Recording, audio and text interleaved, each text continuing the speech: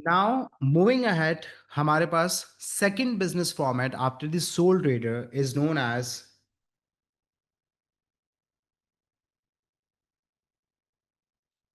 Partnership.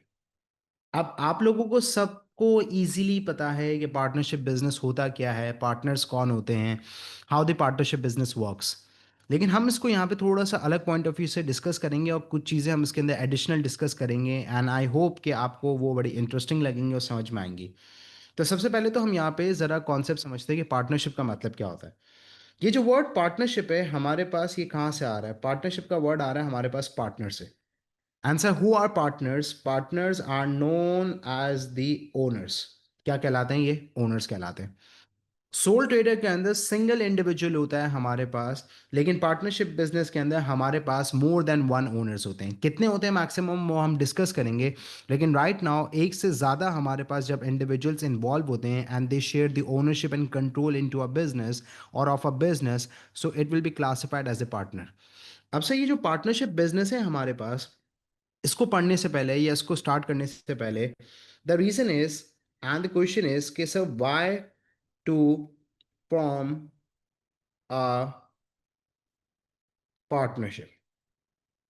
अब question हमारे पास ये है कि कुछ बिजनेसेस सोल ट्रेडर होते हैं। लेट सपोज एक बंदा है, वो as an individual, single individual business start करता है, he is known as a sole trader.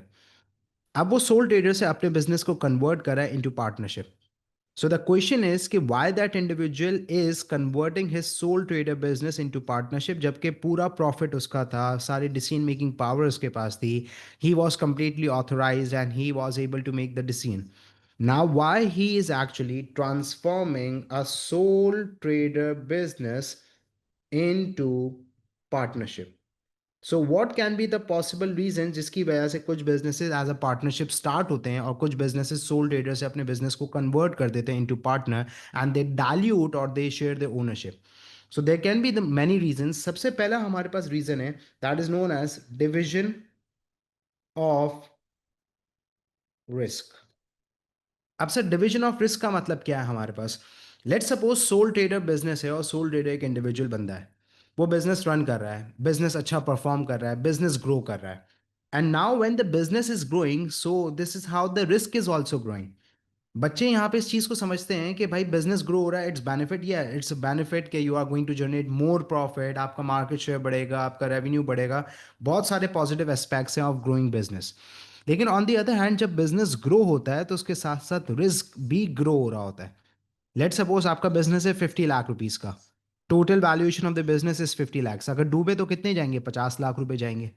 लेकिन what if the business expands and now the business has the valuation of 5 crore? 5 crore रुपए का बिजनेस है, तो अब डूबेगा तो कितने जाएंगे? 5 करोड़ जाएंगे। तो बिजनेस ग्रो हो रहा है तो साथ साथ उसके अंदर रिस्क भी ग्रो हो रहा है। तो अब हमारे पास सोल ट्रेडर से पार्टनरशिप बिजनेस कन्वर्ट करने का रीज़न ये भी होता है, या नए बिजनेसेस पार्टनरशिप बिजनेस इसकी वजह से स्टार्ट होते हैं कि इसके अंदर हमारे पास रिस्क डिवाइड हो जाता है। क्योंकि हमारे पास होता क्या है, एक से ज़्यादा लोग हैं तो they are going to share the ownership and they are going to share the risk and resources as well. तो नंबर वन हमारे पास सबसे बड़ा हमारे पास जो रीज़न होता है, that is to divide the risk, number one. Number to,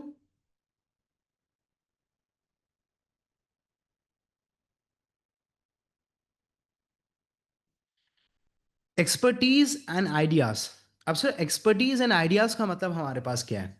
for example an individual is single owner of the business, और अब यहाँ पे lack of ideas is taking place, उसके पास आइडियाज नहीं है, एक्सपर्टीज नहीं है। एग्जाम्पल लेते हैं, समझते हैं। Let's suppose I belong to the teaching industry and I know that how this particular educational industry works. मेरे contacts हैं, I know the number of teachers and I know कि how this particular system and educational model works. अब एक बंदा मेरे पास आता है और वो कहता है कि मेरे पास पैसे हैं। मेरे पास क्या है? पैसे हैं and I need to make an investment. तो आ जाओ स्कूल स्टार्ट करते हैं, कॉलेज स्टार्ट करते हैं। लेकिन उस बंदे के पास सिर्फ पैसे हैं, लेकिन उसके पास आइडियाज़ नहीं है, उसके पास एक्सपर्टीज़ नहीं है, he doesn't know that how this particular industry works. तो अब वो मुझे इनवाइट कर रहा है कि मेरे बिजनेस के अंदर पार्टनर आ जाओ और मेरे बिजनेस के अंदर मिल के हम एक स्कूल कॉलेज स्टार्ट करते हैं।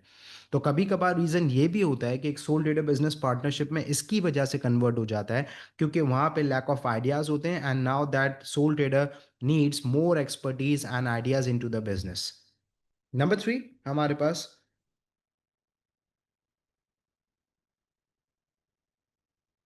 For pool of finance, sole trader, limited amount of finance है, लिमिटेड प्रॉफिट है, एक इंडिविजुअल बंदा है, पर्सनल सेविंग्स एंड बोरोइंग्स है। लेकिन जब पार्टनरशिप बिजनेस होगा तो दो तीन चार हमारे पास जितने पार्टनर्स होंगे, they are going to bring in more finance. तो कभी कभार for the sake of finance and when the individual is in need of finance, तो भी वो यहाँ पे पार्टनरशिप बिजनेस फॉर्म करता है, ताकि नए पार्टनर्स आएंगे तो दे अपने साथ वो अपनी investment of finance of capital लेकर आएंगे। तो ये भी एक हमारे पास रीज़न होता है। And number four is division of responsibilities. अब सर, डिवीजन ऑफ रिस्पॉन्सिबिलिटीज का मतलब क्या है? कभी कभार हमारे पास डिवीजन ऑफ रिस्पॉन्सिबिलिटीज भी एक चीज़ होती है। सर, डिवीजन ऑफ रिस्पॉन्सिबिलिटीज का मतलब क्या है? हमारे पास एक इंडिविजुअल बंदा सारा वर्कलोड और सारी रिस्पॉन्सिबिलिटी एरियाज को नहीं देख सकता, क्योंकि बिजनेस अब ग्रो हो रहा है, बिजनेस एक्सपैंड हो रहा है। तो सेल्स भी हैं, परचेजेस भी हैं, मार्केट भी है, कस्टमर डीलिंग भी है, फाइनेंस को भी देखना है। तो now he need an individuals who can share the responsibilities. तो सर, एम्प्लॉयज रख ले।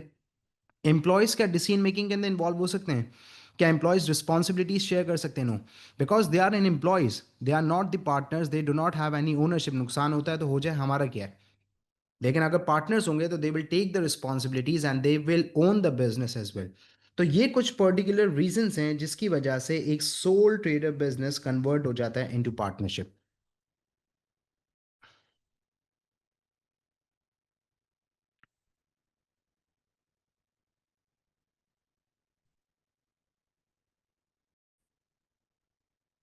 कि लेट्स से हमारे पास एग्जामिनर है और एग्जामिनर हमसे डेफिनेशन पूछ लेता है, और एग्जामिनर हमसे कहता है कि डिफाइन द टर्म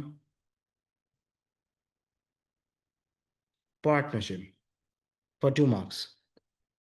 अब now the examiner is expecting from us कि हम एक हाई क्वालिटी साउंड डेफिनेशन लिखें, जिसके थ्रू हम यहाँ पे पूरा कॉन्सेप्ट अपना बता दें किस चीज़ का, पार्टनरशिप का। तो sir, what is partnership? Partnership is when minimum two and maximum 20 individuals. अब यहाँ पे एक चीज़ क्लियर हो जाती है कि सर, पार्टनरशिप बिजनेस के अंदर कितने लोग हो सकते हैं? पार्टनरशिप बिजनेस के अंदर मिनिमम 2 होने चाहिए और मैक्सिमम 20 कैन इज अलाउड। तो अगर दो से कम है हमारे पास, तो it will be classified as a sole trader. तो मिनिमम कितने लोग होने चाहिए हमारे पास? दो। और मैक्सिमम हमारे पास कितने पार्टनर्स बन सकते हैं? 20। So it is the classification and it is the category of the partnership business that you can enter 20 partners maximum. तो अगर फॉर एग्जाम्पल एक रनिंग बिजनेस है, उसको पैसों की ज़रूरत है, तो they can dilute and they can share the ownership, और पैसे दे के, पैसे लेके नए पार्टनर्स एंटर कर सकते हैं। और कितने पार्टनर्स एंटर कर सकते हैं? 20। तो आपको एक मैं इन्फॉर्मेशन की एक बात बता दूं कि अक्सर ऐसा भी होता है कि बैंक से लोन नहीं मिल रहा, या फिर हमारे पास कोई दूसरी सोर्स ऑफ फाइनेंस नहीं है। तो एग्जिस्टिंग पार्टनर्स पैसों के लिए क्या करते हैं कि उन्हें पैसों की ज़रूरत है, तो 5% 10% ओनरशिप दे के पार्टनरशिप ऑफर कर देते हैं, and they enter a new partner and it is allowed, क्योंकि मैक्सिमम कैपेसिटी 20 पार्टनर्स की हमारे पास है। तो आ जाए, is when minimum 2 and maximum 20 individuals combine the resources to start or to form a business under a legal document known as deed of partnership. Now, this is known as the high quality sound definition that completely shows the understanding and knowledge of the partnership. कि partnership में क्या होता है कि is when minimum two and maximum individuals combine the resources. Combining the resources का मतलब क्या है कि कोई पार्टनर पैसे लेकर आ रहा होगा, किसी की लैंड होगी, कोई मशीनरी प्रोवाइड कर रहा होगा, मतलब whatever the resources that are required to set up a business will be provided by the individuals to form a business under a legal document that is known as deed of partnership. Now the question is कि sir, ये deed of partnership क्या है? Now what is deed of partnership? समझते हैं जरा, deed of partnership है क्या? Deed of partnership. Deed of partnership क्या है? पहली चीज, एक चीज सुन लो हमारे पास, एक simple, it is known as an agreement. ये एक एग्रीमेंट है।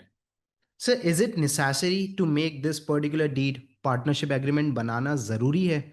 अगर हम नहीं बनाएं तो क्या होगा, और अगर हम बनाएं तो क्या होगा? देखो, बनाना क्यों जरूरी है?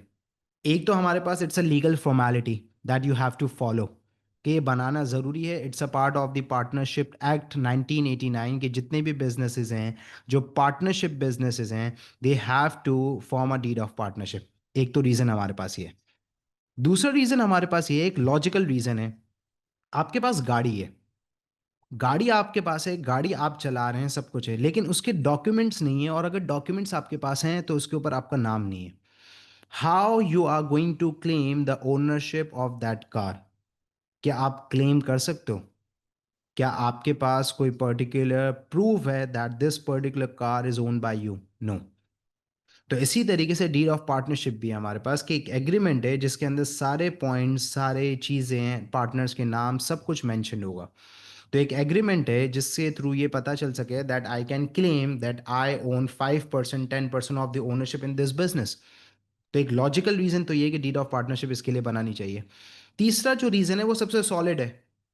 हमारी सुन्नत ये कहती है, holy prophet peace be upon him, कि जब भी हमारे पास कोई भी कारोबार हो या कोई भी ऐसी चीज़ हो जिसके अंदर लेन देन और पैसों के मामलात इन्वॉल्व हो, तो लिखत पढ़त कर लो।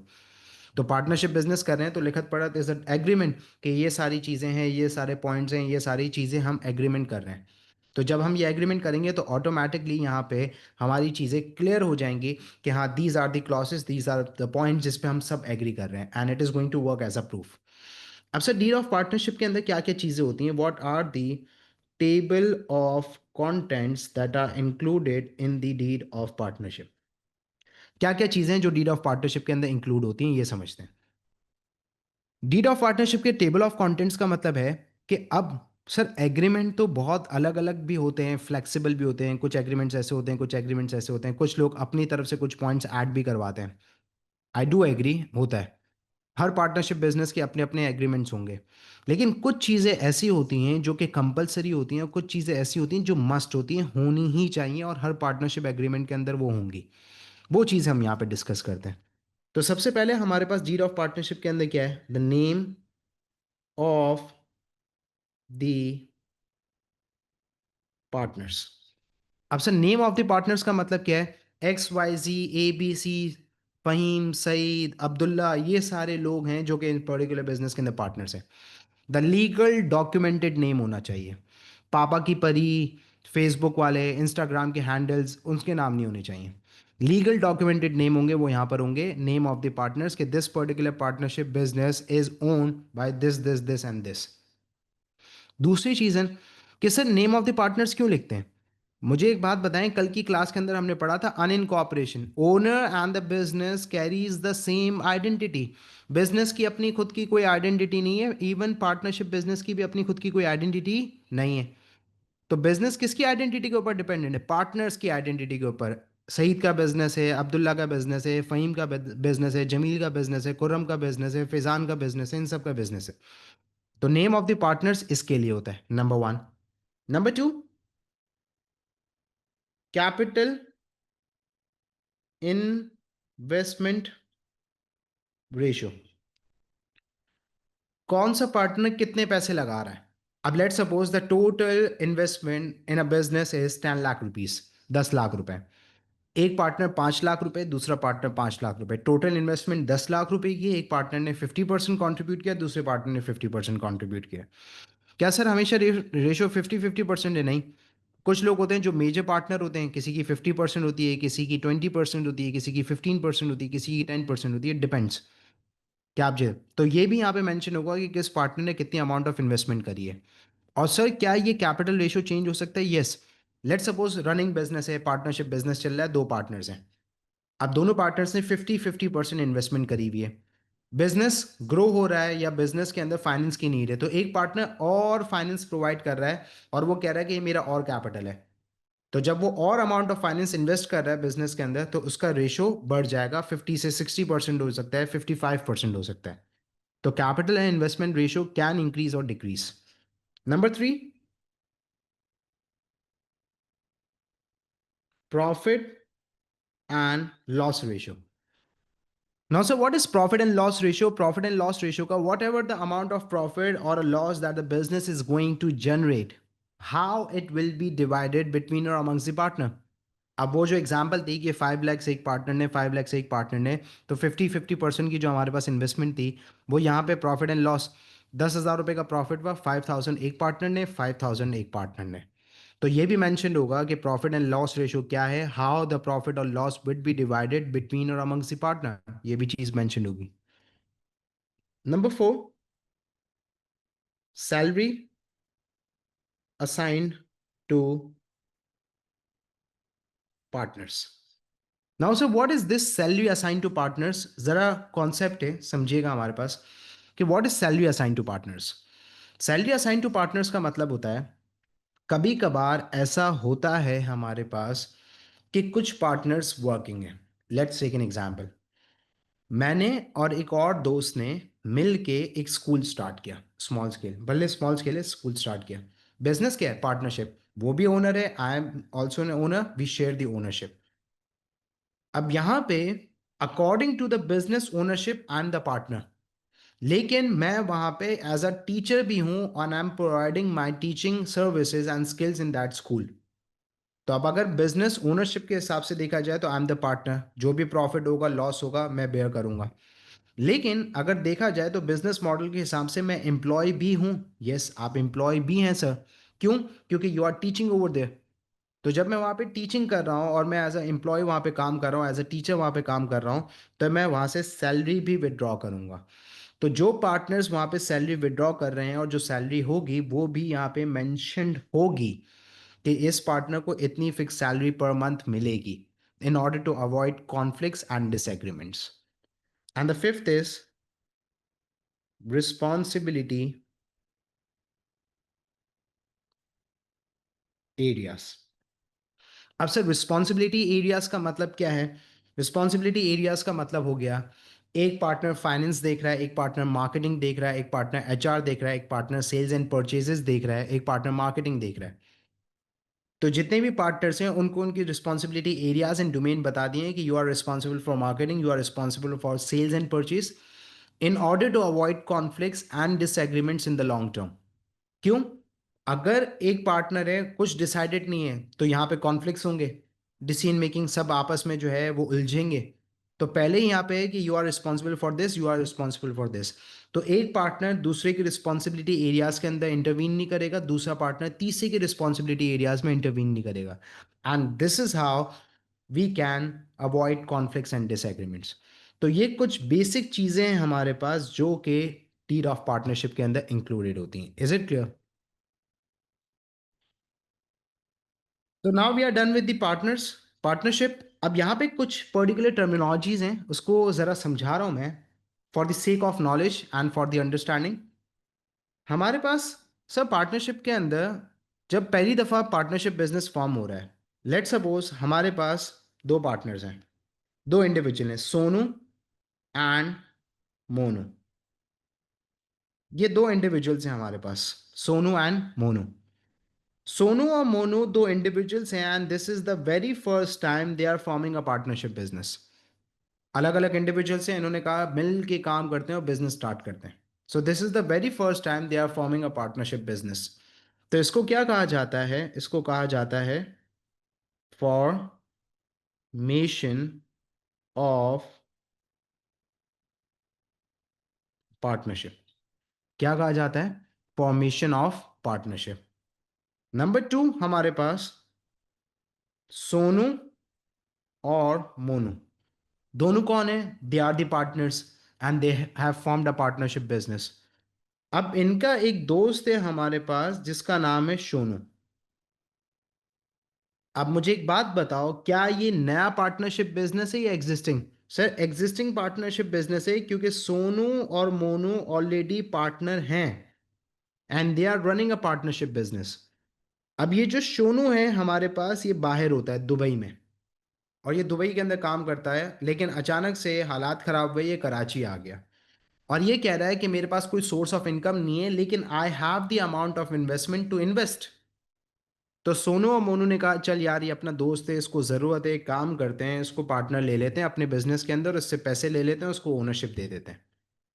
तो यहाँ पे क्या ये नया पार्टनर आ सकता है? यस सर, आ सकता है। क्यों? क्योंकि they have the capacity, they have the capacity to enter a partner, क्योंकि मिनिमम 2 एंड मैक्सिमम 20, तो अभी तो ये दो हैं, तो तीसरा पार्टनर आ रहा है। तो जब एक एग्जिस्टिंग पार्टनरशिप में, एक रनिंग पार्टनरशिप बिजनेस के अंदर जब नया पार्टनर एंटर होता है, तो इसको कहा जाता है एडमिशन ऑफ अ पार्टनर, कि हम यहाँ पे एडमिट कर रहे हैं a new partner into a business. This is known as admission of a partner. अब हमारे पास कितने पार्टनर्स हैं सर? तीन पार्टनर्स हैं। एक है हमारे पास सोनू, एक है हमारे पास मोनू, और एक है हमारे पास शोनू। अब सर ये तीनों कौन है हमारे पास? ये तीनों मिलके एक पार्टनरशिप बिजनेस को रन कर रहे हैं। अब इसमें से होता ये है कि शोनू जो हमारे पास इंडिविजुअल है, वो जा रहा है छोड़ के। क्या ऐसा हो सकता है? Yes. Running existing partnership business में if a partner wants to leave and if a partner wants to withdraw a partnership, so it is allowed कि आप जा सकते हो। अब सर क्या होगा, कितने पैसे मिलेंगे? It's not a part of the content, वो अभी हमें डिस्कस करने की जरूरत नहीं है, लेकिन it is allowed that you can leave an existing partnership business and you can withdraw the amount if you want to. तो जब ऐसा केस होता है कि एक रनिंग पार्टनरशिप बिजनेस में से एक पार्टनर जाता है छोड़ के, विदड्रॉ करता है, तो it is known as retirement of a partner, कि हमारा एक पार्टनर रिटायर हो रहा है। इट इज़ नोन एज के रिटायरमेंट ऑफ अ पार्टनर। तो ये कुछ हमारे पास केसेस हैं कि जिसके अंदर फॉर्मेशन, जब नया पार्टनरशिप बिजनेस फॉर्म हो रहा हो, एडमिशन ऑफ अ पार्टनर, जब एक रनिंग पार्टनरशिप बिजनेस के अंदर नया पार्टनर एंटर हो रहा हो, और जब हमारे पास एक पार्टनर विदड्रॉ करके जा रहा हो, तो it is known as retirement of a partner. Is it clear? Now we are heading towards the advantages and disadvantages of the partnership.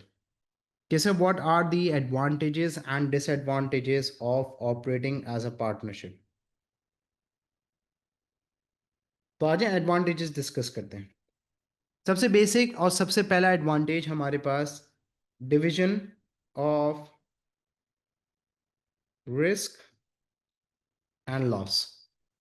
कि आपका जो रिस्क होता है वो डिवाइड हो जाता है, आपका जो लॉस होता है वो डिवाइड हो जाता है, क्योंकि सोल ट्रेडर के अंदर 100% risk is of one individual, but in partnership the risk is divided, the loss is divided. Number one, सबसे पहला benefit. Number two, more pool of finance. जब आप पार्टनरशिप बिजनेस फॉर्म करते हो, तो इंडिविजुअल्स आते हैं, तो they bring in investment, they bring in capital into a company और इनटू अ बिजनेस। तो हमारे पास ये भी तो एक बेनिफिट है कि हमारे पास पार्टनरशिप बिजनेस के अंदर फाइनेंस बढ़ जाता है, because the partners bring in their investment. Number three, more inflow of ideas, expertise. तो जब नए पार्टनर्स होंगे और इंडिविजुअल्स होंगे, तो उनके भी आइडियाज होंगे, उनकी अपनी एक्सपर्टीज होंगी। For example, one is good in marketing, the other one is good in sales, the other one is good with the accounting and finance. So this is how the expertise will be increase. और more inflow of ideas से एक benefit और भी हमारे पास है कि जब भी कोई इशू होगा, तो in the partnership business all the partners are going to share the views, they are going to share the opinions, and this is how through ideas and views and opinions, the business can involve in effective decision making. तो ये भी तो हमारे पास एक benefit हो जाता है कि इफेक्टिव डिसीजन मेकिंग हो सकती है। Number four, responsibilities and workload can be shared और डिवाइडेड। सोल डेटा के अंदर सिंगल इंडिविजुअल सारा वर्कलोड, सारी रिस्पॉन्सिबिलिटीज को शेयर नहीं कर सकता था, सब खुद को करना था। Now in partnership business we can make the partner responsible कि हाँ, आप फाइनेंस को देख लें, आप मार्केटिंग को देख लें, आप सेल्स एंड परचेसेस को देख लें। So this is how the workload and this particular हमारे पास वर्कलोड कैन बी शेयर्ड और डिवाइडेड, ये भी हमारे पास एक है। Now the disadvantages.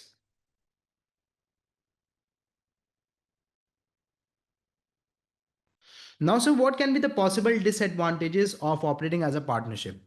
क्या क्या डिसएडवांटेजेस हो सकते हैं? सबसे पहला हमारे पास जो बेसिक डिसएडवांटेज है that is known as profit sharing.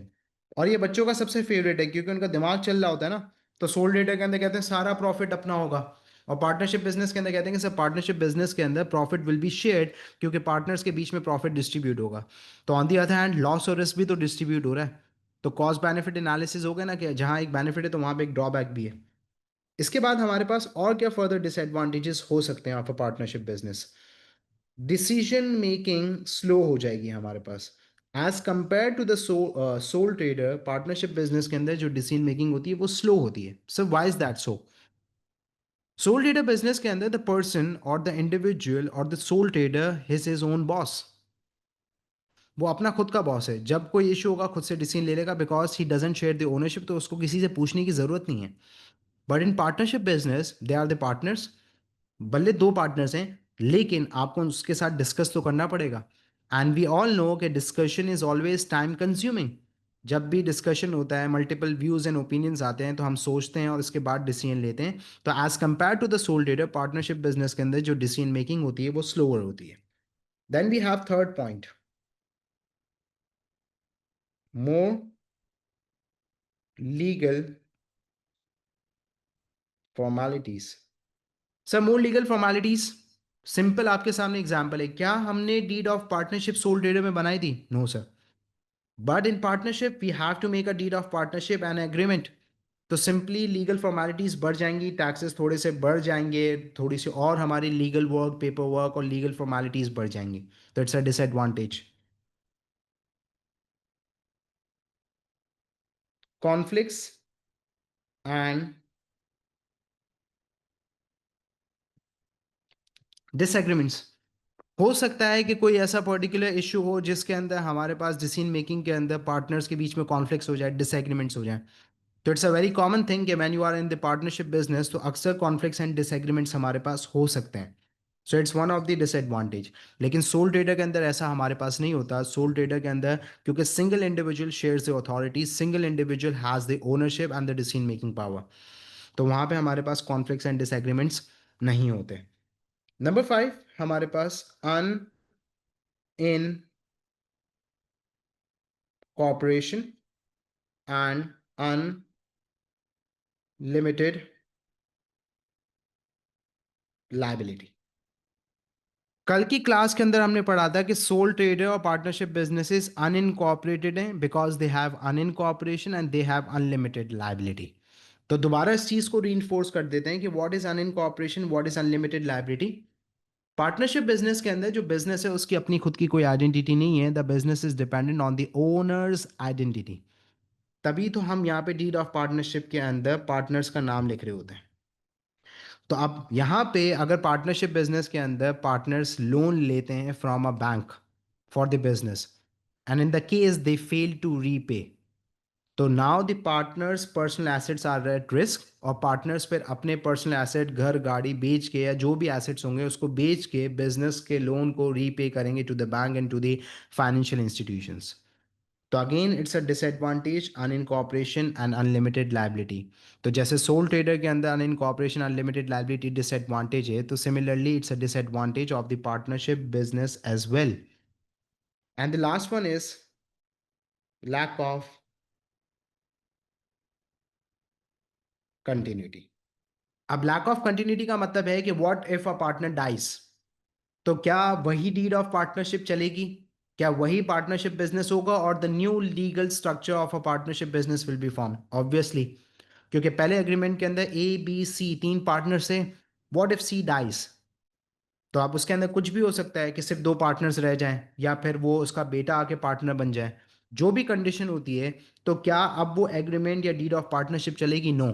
New legal structure, new deed of partnership will be formed. That's why it is known as lack of continuity. Okay, when the owner dies, so the name of the business is dependent on the owner's identity, so the new legal structure will be formed. तो ये हमारे पास एक particular डिसएड so these are the disadvantages and advantages of the partnership business. दूसरा एक English language का blunder है, मैं आपसे डिस्कस कर लूँ, जो अक्सर मैंने आंसर स्क्रिप्ट्स के अंदर देखा है. हमारे पास दो वर्ड्स हैं यहाँ पे. एक वर्ड है हमारे पास बिटवीन और एक वर्ड है हमारे पास अमंग्स. जब भी आपके पास दो पार्टनर्स होंगे तो आप लिखेंगे टू. जब भी आपके पास दो पार्टनर्स होंगे तो you are going to use the word of between.